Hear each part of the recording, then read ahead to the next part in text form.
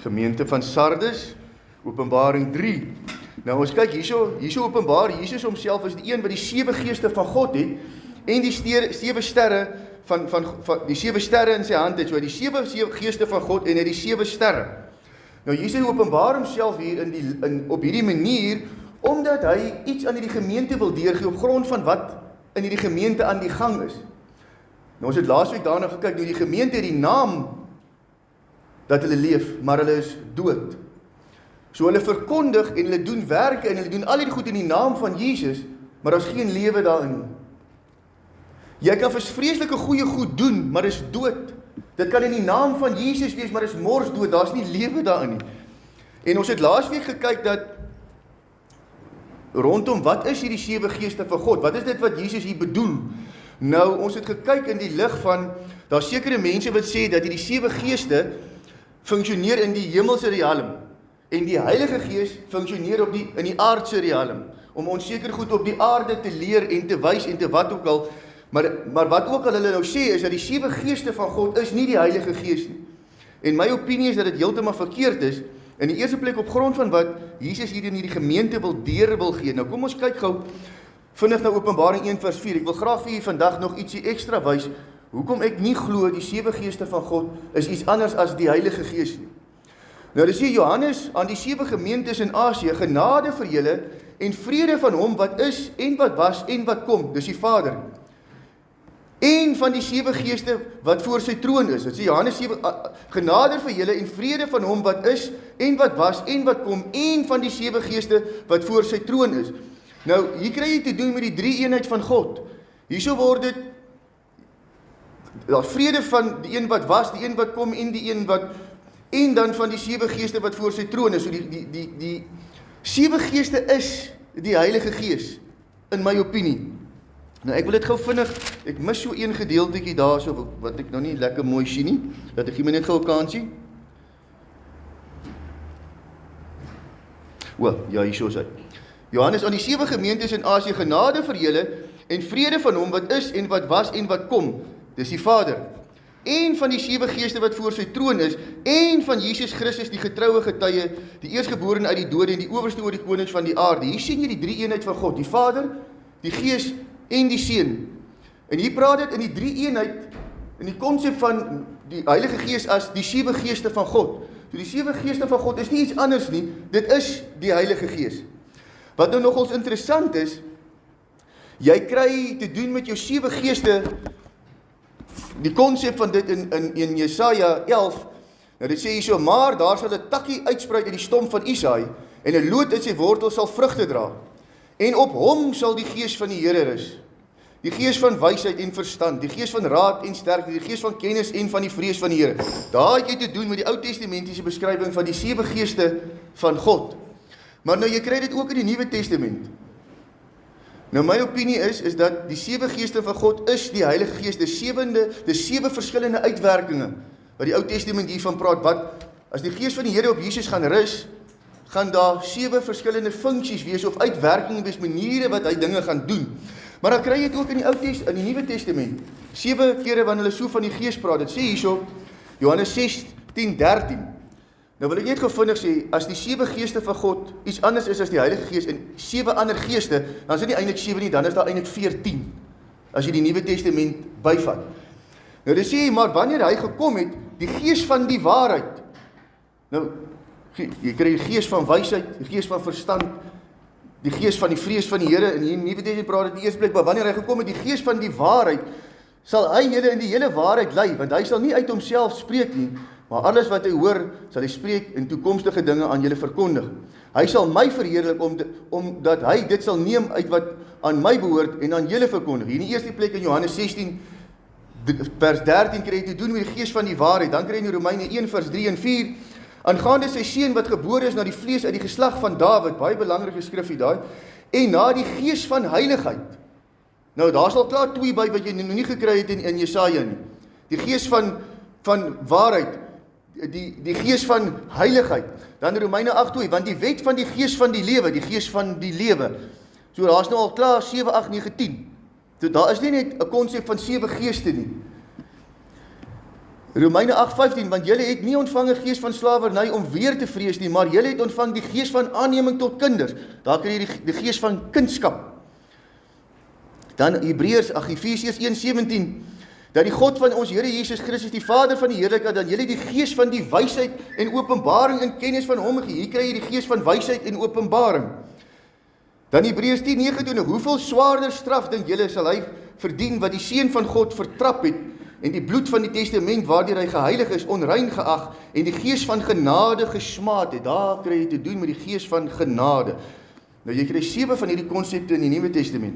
En dan kry jy 1 Petrus 4:14, as julle beledig word oor die naam van Christus, is julle gelukkig omdat die gees van die heerlikheid en van God op julle rus. Daar kry jy te doen met die gees van heerlikheid, die gees van genade, die gees van wysheid en openbaring, die gees van kunskap, die gees van lewe, die gees van heiligheid, die gees van waarheid. Dis die 7 geeste in die Nuwe Testament, en dan kry jy die 7 in die Ou Testament, wat die gees van die Here is, wat die gees van wysheid en verstand is, die gees van raad en sterk, die gees van kennis en van die vrees van die Here. So jy kry in die Bybel te doen met 14. Nou hierdie is nie 14 verskillende geeste nie, dit is die Heilige Gees met 14 verskillende uitwerkinge, maniere wat hy dinge gaan doen. Sekere goed wat hy in jou lewe doen. As jy nie die Heilige Gees het jy nie kind nie. As jy nie kind van God nie, want die gees van kindskap is nie in jou wat uitroep Abba Vader nie. Dis verskillende funksies van hom. So dis nie 14, hulle praat nie van 14 nie, maar hulle praat van 7, maar daar is definitief nog 7 in die Nuwe Testament te vind. So hulle is heeltemal waar hulle in daai konsep kom, weet die hemel alleen, want ek sien dit glad nie in die Bybel nie. Nou wil ek verder gaan. Daar is die een konsep. Nou, kom ons kyk gou na die volgende. Ek wil hier met saam met my blaai na Jesaja 11. Blaai saam met my, asseblief.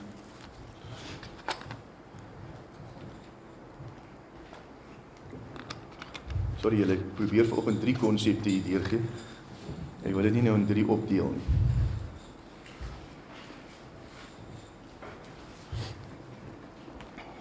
Hier is 'n baie belangrike ding. Nou, dis eintlik hoekom ek so lank gevat het om by die boodskap uit te kom, want ek kon nie lekker uitfigure. Onthou, wat beteken dit die gees van die Here? Wat se funksie is dit? Die gees van die Here rus op my. En dan kry jy 6 duidelike ander funksies wat dit is, maar wat is die gees van die Here? Maar daar sal 'n takkie uitsprei die stom van Isaai, en 'n loot uit sy wortel sal vrugte dra. En op hom sal die gees van die Here rus, die gees van wysheid en verstand, die gees van raad en sterkte, die gees van kennis en van die vrees van die Here. Dan kry jy weer Lukas 4:18. Die gees van die Here is op my, omdat hy my gesalf het om die evangelie aan die armes te bring. Hy het my gestuur om die wat verbruisel van hart is te genees, om aan gevangenes vrylating te verkondig en aan blindes herstel van gesig, om die wat gebroken is in vryheid weg te stuur, om die aangename jaar van die Here aan te kondig. En nadat hy die boek toegemaak en aan die dienaar teruggegee het, gaan sit hy en die oë van almal in die sinagoge was op hom gefestig. Toe begin hy vir hulle te sê, vandag is hierdie skrif in julle ore vervul. Jo, dit wat Jesus eintlik hier deur sê is iets ongeloofliks. En dan Matteus 3:16, en nadat Jesus gedoop was, het hy dadelik uit die water opgeklim, en met eens gaan die hemel vir hom oop, en hy sien die gees van God soos 'n duif neerdal en op hom kom. En daar kom 'n stem uit die hemele wat sê, dit is my geliefde seun in wie ek welbehae het. En dan Romeine 1:3, aangaande sy seun wat gebore is na die vlees, uit die geslag van Dawid, en na die gees van heiligheid met krag verklaar is as die seun van God deur die opstanding uit die dode, Jesus Christus, onze Here. Nou waaroor gaan dit alles hier? Die feit dat jy 3 maal dit kry hier by Jesus, dat die gees van die Here, en op hom sal die gees van die Here rus. Lukas 4:18, die gees van die Here is op my. Matteus 3:16, toe hy gedoop is, het die Heilige Gees soos 'n duif op hom gekom en op hom gebly het, op hom gerus. Hoekom is dit 3 maal herhaal dit, raak en wat wil dit eintlik van Jesus sê? Want onthou net gou, hierdie funksies is nie net in Jesus nie, as u die Heilige Gees het, en dis waaroor ons laasweek gepraat het, wat Jesus eintlik aan die gemeente sê is, julle werk is dood, want dis nie die Gees wat deur julle werk nie. As dit nie Jesus se Gees deur jou is nie, is die werke morsdood, want dis nie hy nie. Dis jou vlees. Dis miskien mooi, dis nie dalk onsedelik of onrein nie, dis goeie, pragtige goedjies in sy naam. Maar dis morsdood vrek. Dis net hy wat lewe gee. As dit nie deur sy gees is nie, is dit dood. Dis dalk goeie werke, dis in sy naam, en jy kan wat ook al in sy naam doen, dit beteken nie dis lewend nie. Die gees gee lewe. En wat hy eintlik vir die gemeente in Sardes sê is, julle funksioneer uit die vlees. Julle doen alles in my naam, maar is dooie werke. Julle is dood as die gees nie deur julle werk nie. En onthou nou, as die Jode hoor rondom die 7 geeste, waartoe slaat hulle kop? Onmiddellik na Jesaja toe. Maar nou wat sê Jesaja? En hierdie is 'n belangrike ding. En hierdie is so 'n mooi stukkie teks. Maar daar sal 'n takkie uitspruit uit die stomp van Isaai. Dis die geslag van die lyn van Dawid, die koninklike lyn. En 'n loot uit sy wortel sal vrugte dra. Die lyn van Dawid was vernietig. Dit was afgekap dat daar net 'n stompie oor is. En nou sê Jesaja, uit daai klein stompie, al lyk dit verwoes en mors dood, daar sal 'n loot uitkom. En op daai lootjie uitkom, uit dit wat mors dood is en afgekap is en vernietig is, uit daai stompietjie sal 'n loot uitkom. En op daai lootjie, op daai takkie wat daar uitspruit, op daai takkie sal die gees van die Here rus. Waarvan spreek dit? Dit spreek van Jesus se koningskap. Dit spreek van sy koningskap. Die gees van die Here rus op die koning. Dit spreek van Jesus as koning uit die lyn van Dawid. Dit sê so Romeine 1 vir die aangaande sy seun wat gebore is na die vlees uit die geslag van Dawid. Dit is uit die stamp van Isaai. Dit praat van Jesus se koningskap. En dan sê hy die gees van die Here is op my. Op wie rus die gees van die Here? As Jesus vir hierdie mense sê, vandag is hierdie skrif aan julle ore vervul, wat sê hy eintlik vir hulle? Hier staan die koning, die ware koning van die Jode, uit die stam van, en uit die lyn van Dawid, dis wie ek is. Vandag het hierdie teks, in die Ou Testament, is vandag in julle midde vervul. Sien julle wie ek is? Hy sê eintlik daar in die tempel, ek is die koning van die Jode. Want wat hy eintlik vir hulle sê is, ek is die takkie wat uitgespruit het uit die stam van Isaai. Dis wie ek is. Want die gees van die Here rus op my. En een op wie die gees van die Here rus, julle kan maar nou kyk boys, ek is koning. Want julle sal die 7 geeste van God begin sien funksioneer. Kyk maar net wat Jesus doen. Jesus se werke en dit wat hy doen, verklaar dat hy die een is op wie die gees van die Here rus. Want hy is die koning van die Jode. Daarom doen hy wat hy doen, want hy bevestig wat gedoen sal word deur die een op wie die gees van die Here rus, op die koning van die ware Israel. Want hy is die ware koning. En op hom rus die gees van die Here. En deur hom sal jy sekere werke gesien doen word op aarde. Soos wat jy sien in Jesaja 11. En van die ander werke wat jy natuurlik baie deur die koning sal sien is, die gees van die Here is op my. Nou in Jesaja 11 vers 1, nou as ek terug is, gaan ons nog verder hierna kyk na die 6 verskillende punte. Ons kyk vandag na die gees van die Here. Ek gaan vir nou nog bietjie meer deurgee wat dit vir ons bedoel. Is, jy kry dan gees van wysheid, verstand, raad, sterkte, kennis en vrees. Dit is sekere konsepte wat jy sal sien, wat deur die koning gedoen word en deur hom uitgeleef word.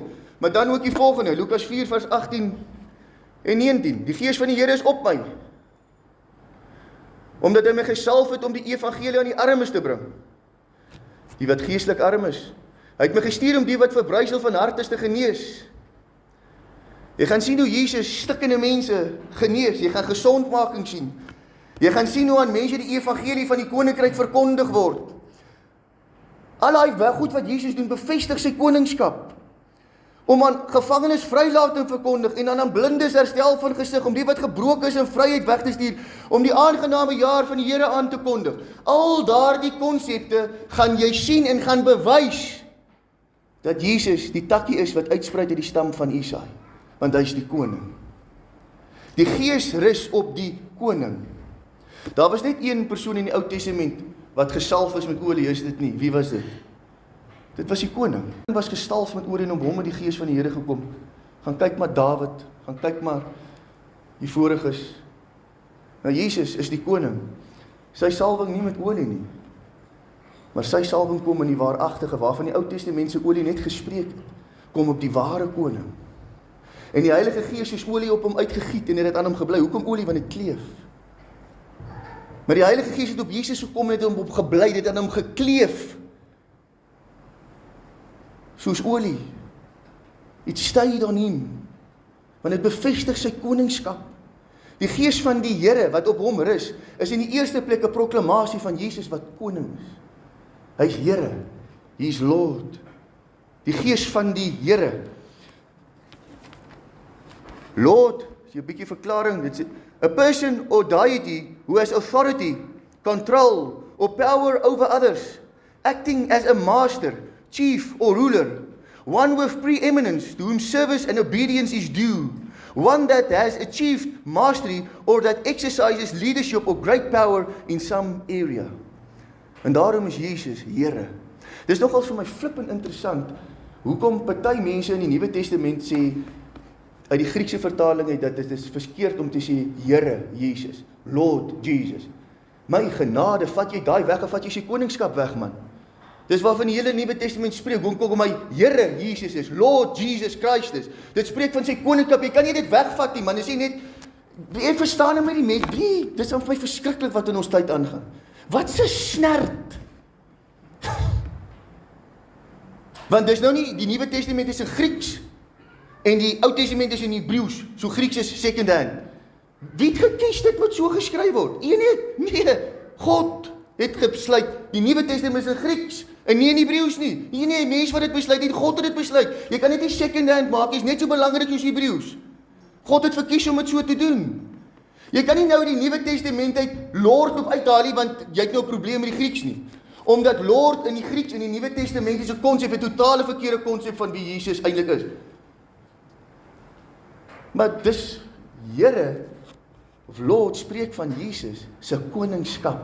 Dat wat jy daai weg, dan is hy nie meer koning nie, hoor. Jy kan nie maak met die skrif soos jy wil nie. Sorry, ek wil nie nou daarop ingaan nie, maar dit partykeer frustreer dit my al hierdie nonsens wat ek nie verstaan hoekom mense altyd in sulke snert moet ingaan nie, maar in elk geval. OK, daai was die tweede konsep. Kom ek wil dit net gou vinnig so aan u verklaar. Die eerste konsep waarvan die Gees van die Here praat, want dis die eerste van die 7, het te doen met autoriteit en gesag. Die autoriteit en die gesag van 'n koning. Dis hoekom Jesus vir die winde en die storms kon sê, bedaar. Dis hoekom hy vir die dode kan sê, staan op. Dis hoekom vir die sieke kan sê, jy's genees. Dis hoekom hy vir daai een kan sê, daar's hy. Want ek is koning, ek het die reg om dit wat ek sê, sal aan my gehoorsaam wees. Dis die autoriteit en die gesag van 'n koning. Maar weet jy wat, die Gees van die Here rus ook op jou. Die Gees van die Here rus ook op jou. Jy het ook in die tyd wat ons leef, die gesag van 'n koning, in die konsep van die koninkryk oor die dinge van die wêreld. You have the authority of a king. Want die Gees van die Here rus op jou. Kyk net gou in Openbaring 2, toe die Heilige Gees op hulle kom in tonge van vuur en op hulle bly. Wat is die eerste ding wat plaasvind? Hulle begin in ander tale praat. En die mense om hulle is verwonderd, want hulle hoor die woorde van God, van al die groot dade van God in hulle eie taal. Autoriteit oor taal. Dan begin jy genesing sien, jy begin dode opstaan, jy begin demone sien spat. Because they are functioning in the authority of a king. Want die Gees van die Here rus op hulle, soos stomme van vuur en het op hulle gebly. Net soos op Jesus. Jesus is die een wat die 7 geeste het, hy is die een wat dit gee. Maar die Gees van die Here, die eerste konsep van die 7 geeste van God, het te doen met koningskap en die autoriteit en die gesag van 'n koning. En wanneer die Gees van die Here op die kind van God kom, en dis wat jy in daai gemeente ook wil sê, jy het geen autoriteit of gesag nie.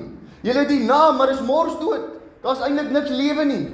There's no power, there's no authority. Dis net mooi werkies en mooi dade. En weet jy, daar waar die Gees van God op iemand rus, is daar gesag en as autoriteit. Die autoriteit en die gesag van 'n koning. Want ons is geroep om in hierdie koninkryk, op hierdie tyd wat ons te leef, te regeer en te heers oor bose werke, oor siektes, oor demone, oor wat ook al. Die duiwel wil ons maar net blind aan die gesag wat ons eintlik in die Here Jesus en deur sy Gees ontvang het. Kom ons los hom dan, gaan na die derde konsep toe. But you are supposed to reign with the authority of a king. Jy kan nie Lord uit die Nuwe Testament uitvat nie. Dan vat jy sy autoriteit weg. You cannot do it. Hou op aan die woord wil wegvat en bysit. Daar's 'n rede hoekom dit so is. Jy kan sekere goed nie net wegvat nie. Ek het 'n tydjie terug daaroor gepraat, ek wil net vir die belangrikheid hiervan noem, want mense gaan left, right en center om met die skrif. Die Ou Testament, daar was sekere goed in die Ou Testament gedoen op spesifieke maniere, want dit wil 'n boodskap oordra.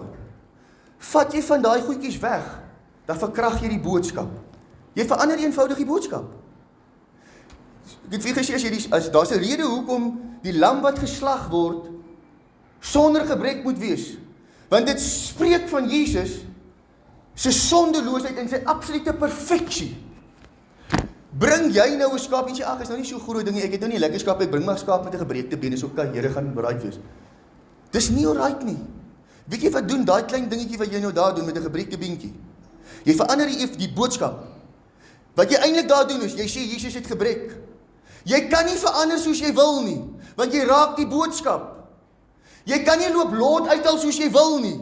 Jy verkrag sy koningskap. Jy neem sy autoriteit weg. Haal dit weg en jy neem sy autoriteit weg en sy koningskap weg. Sorry julle, maar hierdie goed, daar's 'n vlam wat in my brand oor skrif wat verkrag word in die tyd wat ons leef.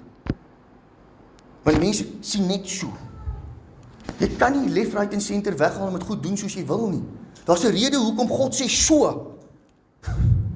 Daar's 'n rede hoekom in die Griekse taal kurios daar staan. Jy kan nie kurios wegvat nie. Ek het dit nie daar neergeskryf nie. God het laat dit so daar neergeskryf word. Don't change it. Vat dit soos dit is. Daar's 'n rede hoekom. Soek maar die rede, jy sal dit vind later. Moenie verander omdat jy nie die rede verstaan nie. Goed. Net ou rakke kwak. Goed. Gou die volgende konsep. Hoe laat is dit? Nee, my 20:1 op my watch. Weet julle wat het gebeur? Sy een pennetjie het afgebreek, toe haak hy onder hom vas lekker. Weet jy, nou gaan ek preek. Amen. Laat ek net 'n slukkie water vat, sorry.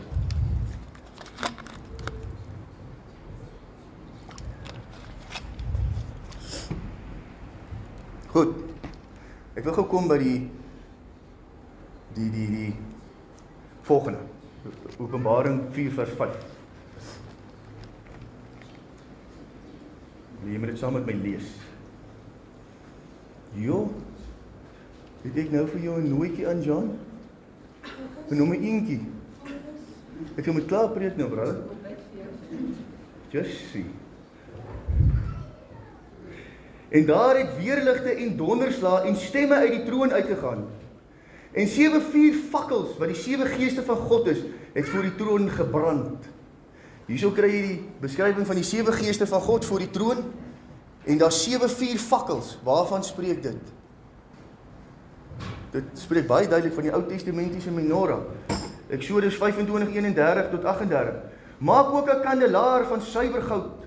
Van drywerk moet die kandelaar, sy voetstuk en sy stam gemaak word. Sy kelkies, sy knoppe en sy blomme moet. Hierdie ding was nie so eenvoudig soos ons net sê. Jy hoor, dis 'n kunststuk hierdie. Dis baie mooi. Sy kelkies, sy knoppe en sy blomme moet daarmee saam uit een stuk wees. En 6 arms moet uit die sykante daarvan uitgaan. 3 arms van die kandelaar uit die een kant en 3 arms van die kandelaar uit die ander kant. Jy moet ook 7 lampe daarvoor maak en hulle moet sy lampe opsteek en die lig daarteenoor laat val aan die voorkant. Sy snuiters en sy bakkies moet van suiwer goud wees. Nou hier kry jy die middelpaal, kan jy nou maar sê. En 6 kante wat uitkom. So uit 'n stam, nou, dis maar interessant. As die Ou Testament praat van uit sy stam. Wie is die stam? Wie is dit? Dis Jesus. Wie is die stam? En die gees van die Here, daai middelstam is die gees van die Here. Die middelstam van die menorah is die gees van die Here. Dit spreek van Jesus as koning. Hy is die middelaar. Hy staan presies in die middel. En al 6 daai funksies vloei uit sy koningskap uit. Jy gaan dit sien, vat jy die stam weg, dan val die hele menorah plat. Also vas aan die stam, en Jesus is die stam, want hy is koning van die Jode. En op hom rus die autoriteit, en omdat hy koning is, en omdat hy heers, gaan jy die volgende goed uit hom uit sien vloei. Maar weet jy wat is die mooie ding hierso?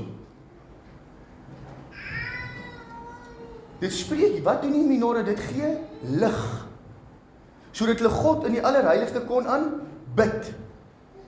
Die menorah gee lig. Weet jy, die kerk, sonder die gees van God wat op hom rus, het geen lig nie. Hy is donker. Hy is dood. Die funksie van die 7 geeste van God is sodat die kerk lig kan wees. Kan brand soos die menorah in donkerte, sodat wat kan gebeur? God sigbaar kan word. Dis sodat hulle al die dinge in die allerheilige kon sien en God korrek kon aanbid. Dit gee lig sodat hulle kan sien. Dit moet voor hulle uitgaan. Gaan lees 'n bietjie die Engels. Die Engels sê baie van die goed, baie nicer as die Afrikaans. Ek weet ons taal partymal, maar jy moet beide hê. Gaan lees maar die Engels ook bietjie. Johannes 1 vers 4. In hom was lewe. En die lewe was die lig van die mense. Nou wat is die lig? In hom was lewe. Dit beteken, die manier hoe hy leef, is die lig van die mense. Hier is die menorah, die middelpaal, die gees van die Here. En omdat die gees van die Here op hom rus, gaan jy sekere goed uit hom uit sien. Hy gaan daai goed leef. Jy gaan dit sigbaar in sy lewe sien. En omdat jy daai goed sigbaar in sy lewe sien, skyn die lig. Die lig is net iets nie. Die lig word gekoppel aan dit wat hy doen. Omdat hy daai funksies uitlewe, die 7 funksies, autoriteit van 'n koning, wysheid, insig, mag, counsel, wat ook al, vrees vir die Here. Omdat hy daai goed lewe, gaan die lig aan. Daai goed is die lig. Die lig is nie net die Heilige Gees, ek het 'n gevoel. Die gevoel is nie die lig. Die gevoel maak niks. Die lig is wanneer daai 7 funksies begin leef deur die kerk. Nou sê Jesus vir die gemeente van Sardes, julle die naam dat julle lewe, maar julle is mors dood. Hoekom? They have no life. Jy sien nie die 7 funksies van die 7 geeste van God in hulle lewe nie. Daarom is daar geen lig en daar is geen lewe nie. Daar is net een manier tot lig en lewe. En dis om te lewe in die konsep van die 7 geeste van God. Nou ons sal, as ek terug is, gaan ons aangaan hiermee so 2 weke kan preek ek weer. Moet nou nie wegbly nie. Ondersteun die mense, ek sien die rugby klaar meer mense weghou as so, dis nou nie 'n probleem nie. Maar al wat ek vir u vanoggend wil sê is, en wat die Here vir ons wil sê deur hierdie boodskap en openbaring in die gemeente van Sardes. Weet jy, ons kan die naam hê dat ons leef. Maar as ons lewe nie lig is alles dood. As die Heilige Gees nie op ons rus nie, as daai middelpaal nie aangesteek is in jou lewe, die Gees van die Here nie op jou rus nie, en die 7 funksies van daai Gees nie deur jou begin lewe nie, en deur jou begin funksioneer, en deur jou begin skyn nie, is daar geen lewe en daar's geen lig. Die wêreld sien Jesus nie. En hy wil hê jy moet aangaan met dit waarmee hy op aarde besig was. Dit is ons job. Kom ons maak toe die oë. As ek is bly met hom record shot, hoor.